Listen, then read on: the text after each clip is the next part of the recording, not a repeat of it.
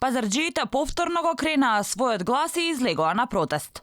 Незадоволни се од одлуката за поскапување на паркинг места кај зелениот пазар, кој до 8 месецов чинеа 40 динари од час, а сега се 70.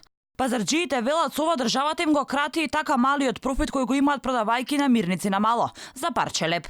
Бараа да се врати старата цена за 40 динари на час, откако првиот саат за паркинг ќе биде бесплатен. Тука кој ќе ти влегува, кој ќе ти дојде, 70 динари еден час да дојде, тука не може да мушија да трчат, да си купат, да си оди за еден саат. Не, нешто се намалува прометот, значи не влага никој више. Кој влага во рампа се враќа назад, 70 денара он кило јаболка да купува не може. Паркинг да плаќа 70 денара и 20 денара јаболка, тоа му е 90 денара кило јаболка. 70 денара нема да влезе ни еден купец на пазарот. Значи доаѓаат муштери до порта, гледаат цена, нема поставена нова цена, се враќаат назад. Додека пазарџиите се на работ на екзистенцијата, од јавни паркинзи на општина Центар се правдаат. Велат ги зголемиле цените за еден час паркирање за да има овозможност на жителите полесен и побезбеден пристап до нивните домови.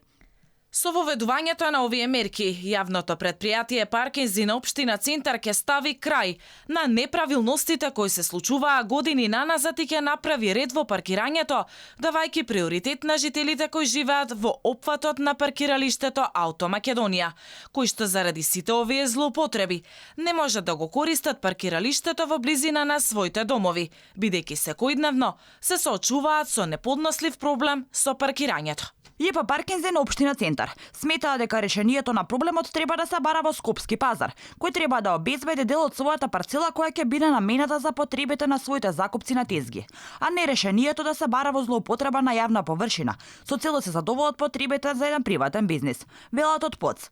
Ова не е прв пат пазарџиите да протестираат. Тие штрајкуваа и со зголемување на давачките за закупот на тезги, но тој проблем се уште не е решен.